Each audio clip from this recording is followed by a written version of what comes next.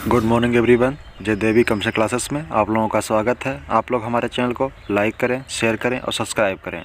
Thank you. Good morning everyone. जय देवी कमसे classes में आप लोगों का स्वागत है। आज है 2 अप्रैल 2021 से डेली करंट अफेयर की क्लास में जो भी इंपॉर्टेंट क्वेश्चन होंगे हम आपके समक्ष डिस्कस करेंगे और उनके बारे में इंपॉर्टेंट फैक्ट भी बताएंगे। तो चलते हैं अपने हम आज के पहले क्वेश्चन की तरफ। तो आज का हमारा पहला क्वेश्चन है, क्वेश्चन नंबर 1 है, भारत ने किस देश के साथ भारत में ग्रास रूट प्रोजेक्ट योजना के तहत वित्त पोषित स्वास्थ्य देखभाल परियोजनाओं का समर्थन करने के लिए 4 समझौतों पर हस्ताक्षर किए हैं? अमेरिका, कनाडा, चीन, जापान। तो इसमें से हमारा ऑप्शन नंबर कौन सा हो जाएगा? इसमें हमारा ऑप्शन नंबर सही हो जाएगा कौन सा? तो इसमें हमारा ऑप्शन नंबर सही है ऑप्शन नंबर 4 जापान।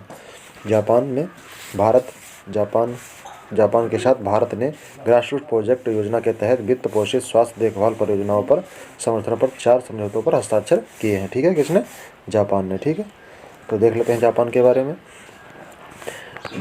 भारत और जापान ने 4 समझौतों पर हस्ताक्षर किए जिनके तहत टोक्यो भारत में ग्रास रूट प्रोजेक्ट योजना के लिए अनुदान सहायता के तहत वित्त पोषित देखभाल परियोजनाओं का समर्थन करता है। 4 परियोजनाओं के तहत वितरण की जाने वाली कुल राशि 29.30 मिलियन डॉलर है। यह 1989 में विकासशील देशों में जापानी राजनयिक मिशनों में गैर लाभकारी संगठनों का कार्यान्वित किया गया था।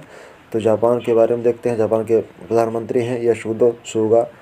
इसकी राजधानी है टोक्यो। मुद्रा कौन सी है? येन। ठीक है, जापानी येन इनकी मुद्रा है।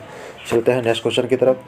Drug controller general of India Bharat के ड्रग रेगुलेटर ने कोविशील्ड की शेल्फ लाइफ को 6 से बढ़ाकर कितने माह कर दिया है? तो इसमें से 8 महीने, 9 महीने, 10 महीने, 1 साल। तो इसमें से हमारा ऑप्शन नंबर कौन सही हो जाएगा?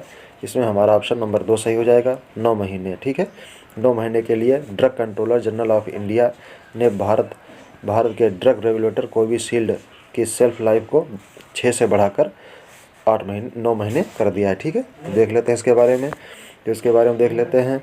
भारत ने रेगुलेटर में अपने विनिर्माण कोविशील्ड ऑक्सफोर्ड एस्ट्राजेनेका कोविड-19 वैक्सीन की शेल्फ जीवन 6 महीने बढ़ा दिया है। Drug controller general of India Bharat सरकार ने ड्रग सेंट्रल ऑफ ऑर्गेनाइजेशन विभाग के प्रमुख होता है। Controller general of India DIG तो ड्रग कंट्रोलर इंडिया है ये। तो कौन है? डॉक्टर वेणुगोपाल जी सोमानी। ठीक है, यहाँ के drug controller general of India हैं। ठीक है, चलते हैं नेक्स्ट क्वेश्चन की तरफ।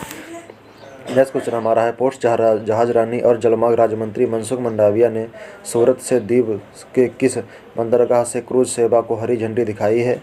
मांडवी पोर्ट, मोहाली पोर्ट या हजीरा पोर्ट या इनमें से कोई नहीं? तो इसमें से हमारा ऑप्शन नंबर 3 सही हो जाएगा, हजीरा पोर्ट। हजीरा पोर्ट को पोर्ट्स एवं जहाजरानी मंत्रालय राज्य मंत्री कौन है? मनसुख मंडाविया ने सूरत से द्वीप के बीच में ये बंदरगाह में क्रूज सेवा शुरू की है। ठीक है, तो कहाँ है? हजीरा में। ठीक है, हजीरा में शुरू की गई है हजीरा पोर्ट्स के लिए। तो देख लेते हैं, जहाजरानी पोर्ट्स राज्य मंत्री मनसुख मंडाविया ने वीडियो कॉन्फ्रेंसिंग के जरिए सूरत के हजीरा पोर्ट से द्वीप की क्रूज सेवा को दिखाई दी है। यह क्रूज पर्यटन में विभाग में नरेंद्र मोदी के दूरदर्शी नेतृत्व में भारत सरकार का प्रधान ध्यान है। क्रूज सेवा के एक तरफ समय लगभग 13 से 14 घंटे है। कुछ 300 यात्रियों की क्षमता के लिए 16 कैबिन है। ठीक है, और 900 रुपये किराया तय किया गया है जिसमें वापसी के साथ 1700 रुपये लिए जाएंगे। ठीक है, चलते हैं नेक्स्ट क्वेश्चन की तरफ। नेक्स्ट क्वेश्चन हमारा है, सरकार ने 2020-21 में केंद्रीय सार्वजनिक क्षेत्रों उद्यमों के विनिवेश से कितनी राशि की निकासी की है? तो 30,256 करोड़, 32,835 करोड़, 35,500 करोड़, 40,580 करोड़। तो इसमें से हमारा ऑप्शन नंबर कौन सही हो जाएगा? तो आप देखें और बताएं। तो इसमें हमारा ऑप्शन नंबर सही हो जाएगा ऑप्शन नंबर कौन सा? तो ऑप्शन नंबर हमारा 2 सही हो जाएगा, 32,835 करोड़ रुपए तो विनिवेश किए हैं। तो किसने? भारत सरकार द्वारा 2021-20 में केंद्रीय सार्वजनिक क्षेत्रों से उद्यमों में विनिवेश मतलब बेचकर। ठीक है, जो बेचकर कितने रुपए कमाए हैं? तो 32,835 करोड़ रुपए की निकासी की गई है। ठीक है, देख लेते हैं इसके बारे में।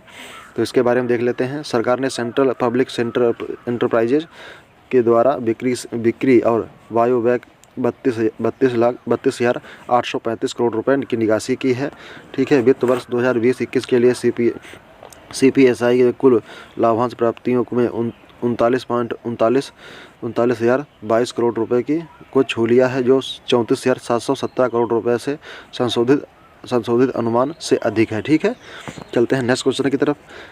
विश्व बैंक ने वित्त वर्ष 2021-22 के लिए भारत के विकास का अनुमान पहले के 4.5% से कितने प्रतिशत तक बढ़ाया है? 9%, 10.1%, 14% या 11%। तो इसमें से हमारा ऑप्शन नंबर सही हो जाएगा, ऑप्शन नंबर बी 10.1%। ठीक है, इतना बढ़ा दिया है किसने? विश्व बैंक ने 21-22 के लिए। ठीक है, भारत का विकास अनुमान दर की कितनी थी? पहले थी 5.4। ठीक है, आप कितनी बढ़ा दी है? तो ये हमारा ऑप्शन नंबर 2 सही हो जाएगा। ठीक है, देख लेते हैं इसके बारे में। तो विश्व बैंक में 5.4% के अनुमान लगाया था 21-22 में विकास के अनुमान से, तो 10.1% बढ़ा दिया है। तो विश्व बैंक की स्थापना के बारे में देख लेते हैं। इसकी स्थापना 1944 में हुई थी। संस्थापक हैं जॉन मेयर्ड किन्स और हैरी डेक्टर वाइट, और इसका मुख्यालय वाशिंगटन DC, संयुक्त राज्य अमेरिका में है। ठीक है, चलते हैं नेक्स्ट क्वेश्चन की तरफ। नेक्स्ट क्वेश्चन है, अटल इनोवेशन मिशन ने निम्नलिखित में से किस फाउंडेशन के साथ साझेदारी में AM प्राइम लॉन्च किया है? Azim Premji Foundation, Bill and Melinda Gates Foundation, Robert Bush and Johnson, इनमें से कोई नहीं। तो इसमें से हमारा ऑप्शन नंबर सही हो जाएगा, option number B Bill and Melinda gets.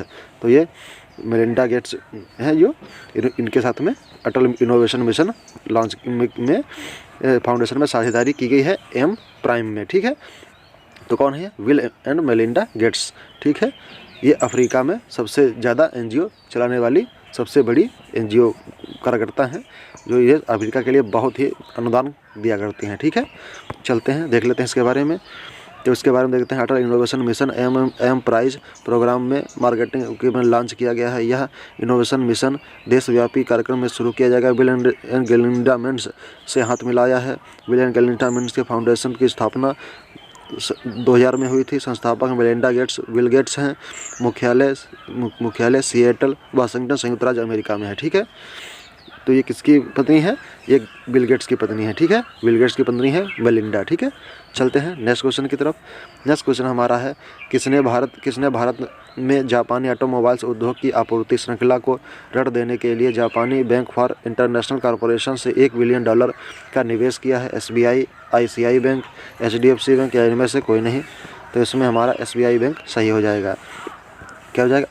SBI bank सही हो जाएगा। जापानी ऑटोमोबाइल उद्योग की आपूर्ति श्रृंखला में ऋण देने के लिए बैंक फॉर इंटरनेशनल कॉरपोरेशन को $1 बिलियन का निवेश किया है। तो किसने? SBI बैंक ने। ठीक है, तो देख लेते हैं SBI बैंक इसके बारे में। तो देख लेते हैं, देश के सबसे बड़े ऋणदाता भारतीय स्टेट बैंक ने जापानी ऑटोमोबाइल उद्योग कंपनी की श्रृंखला को आपूर्ति ऋण देने के लिए जापानी बैंक ऑफ इंटरनेशनल कॉरपोरेशन को $1 बिलियन निवेश किया है। ओके, SBI ने जापान फॉर इंटरनेशनल कोऑपरेशन को ऋण देने के लिए समझौते पर हस्ताक्षर किए हैं, जो इस सुविधा को कुल $2 बिलियन हो गई है। SBI बैंक की स्थापना 1 जुलाई 1955। अध्यक्ष हैं इसके दिनेश कुमार खारा, मुख्यालय है मुंबई। ठीक है, चलते हैं नेक्स्ट क्वेश्चन की तरफ। नेक्स्ट क्वेश्चन हमारा है, भारत और किस देश के व्यापक आर्थिक सहयोग और भागीदारी समझौते पर हस्ताक्षर किए हैं जो 1 अप्रैल 2021 से लागू होगा? Canada, Africa, Mauritius, Israel.